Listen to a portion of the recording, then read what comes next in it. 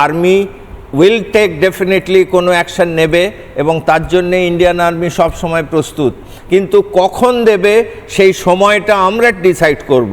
কোথায় আমরা অ্যাটাক করব সেটা আমরা ডিসাইড করব, এবং কিভাবে আমরা এই অত্যাচারীদের পানিশমেন্ট দেব সেটা আমরা ডিসাইড করব। সুতরাং ইমিডিয়েট মানে এখনই নয়, একদিন, দুদিন, 7 দিন, মেবি 10 days, হ্যাঁ। সুতরাং এই টাইমটা আমরা ডিসাইড করব পরিস্থিতির ওপরে। ইমিডিয়েট মানে এই নয় যে আমি 1 ঘন্টার মধ্যে অ্যাটাক করব।